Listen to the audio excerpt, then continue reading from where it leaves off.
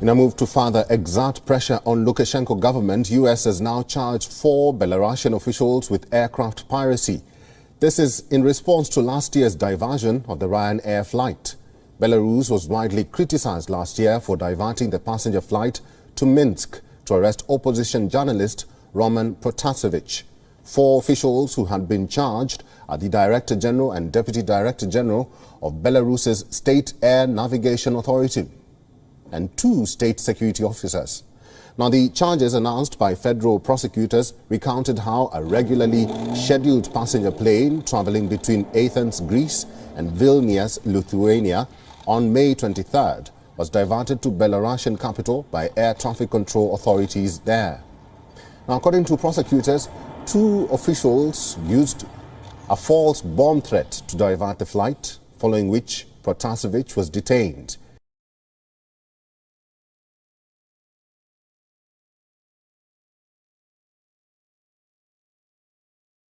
Grief-stricken survivors and family members converged at the scene of the disaster in Liberia's capital, Monrovia. 29 people were killed following a stampede at a Christian prayer gathering, police said Thursday, adding that the death toll may rise. The disaster occurred on Wednesday night or during the early hours of Thursday morning, according to media in the West African country. A police spokesman said a number of people were in critical condition. He added that children were among the dead.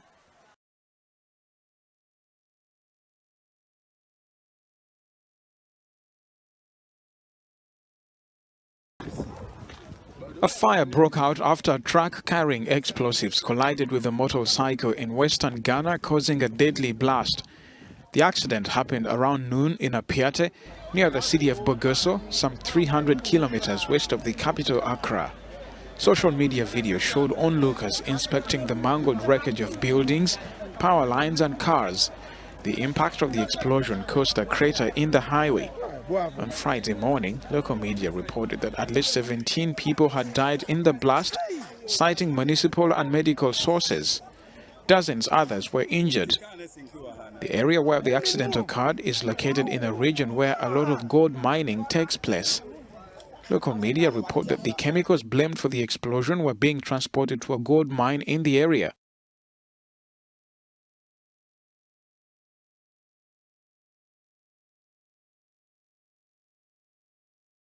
This afternoon, a bomb exploded near a bustling market entrance in Lahore, killing at least 3 people, including a 9-year-old, and 22 more have now been injured.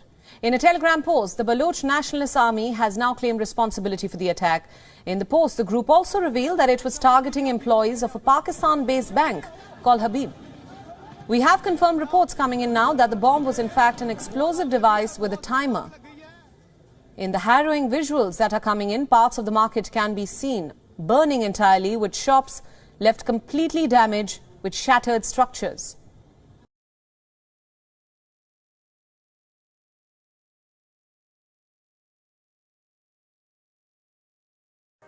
Former Pope Benedict XVI failed to take action against clerics in 4 cases of alleged sexual abuse in his native Germany.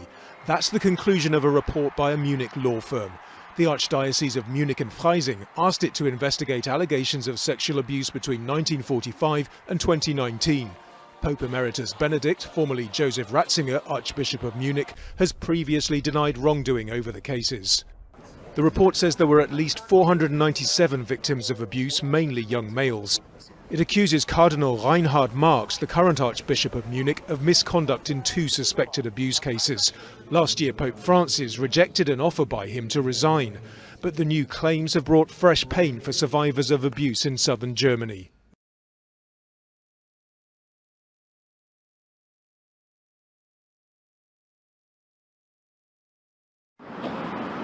The EU has fined Poland for failing to close a coal mine.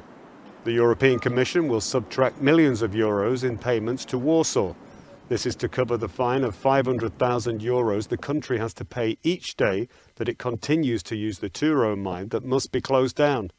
The European Court of Justice ruled last year in favour of the Czech Republic that Poland should close the coal mine. This is because it is draining groundwater from villages on the Czech side of the border, while also causing dust and noise pollution. Poland, however, says it is crucial for providing jobs and energy to the country.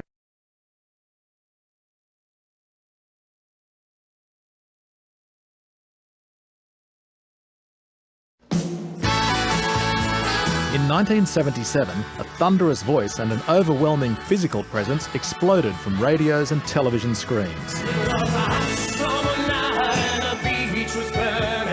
The singer was named Meat Loaf, and the Bat Out of Hell album became one of the biggest hits of the decade. Its melodramatic tales of doomed romance and violent road accidents were louder, more colourful, more outrageous than any other rock record. At school in Texas, Marvin Lee Aday's nickname was ML. It quickly changed to Meat Loaf after a run-in with his football coach. The first thing out of the coach's mouth was, "You Meat Loaf son of a gun." And that's where his name evolved. He was the only child of a policeman and a gospel-singing mother.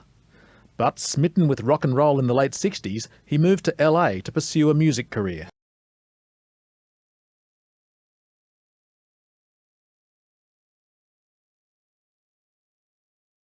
The family of one of the 13 American service members killed in the terror attack at the airport in Kabul during the U.S. exit from Afghanistan is now suing Alec Baldwin, the actor. It started out as a nice story. The actor sent $5,000 to Riley McCollum's family after he was killed to help his widow with her new baby.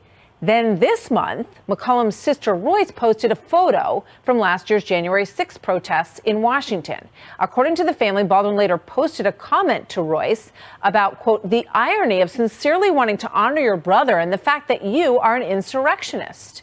The family is suing him now for $25 million for defamation.